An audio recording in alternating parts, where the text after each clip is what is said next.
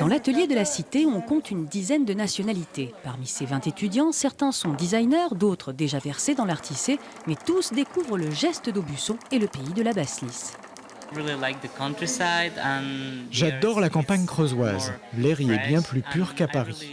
Et je suis impressionné de voir à quel point la tapisserie imprègne cette région et de voir le foisonnement d'activités qui rayonnent autour.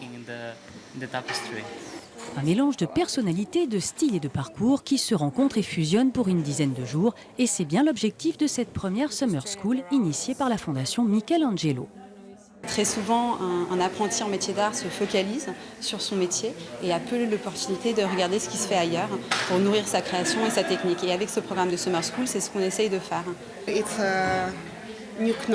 C'est l'apprentissage d'un nouveau savoir sur ces techniques de Basse-Lys, mais aussi sur les savoir-faire des autres, parce qu'ici, il y a des designers, des artistes ou des performeurs.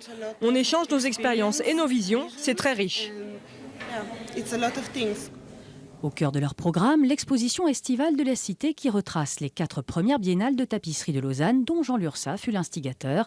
Des biennales qui ont créé un véritable séisme dans la tapisserie. Les biennales de Lausanne ont complètement remis en cause Aubusson à l'époque, dans les années 1960, par la confrontation entre artisans d'art traditionnels et ces nouveaux lissiers créateurs qui concevaient leur tapisserie et qui la réalisaient eux-mêmes, venus d'Europe de l'Est. Et on s'est dit, 50 ans après, on en est où ? La réponse est en cours de fabrication. Inspirée par l'une des œuvres de l'exposition, les étudiants ont conçu un projet sur le thème de l'environnement, une œuvre à 40 mains en cours de tissage qui devrait être achevée lundi prochain.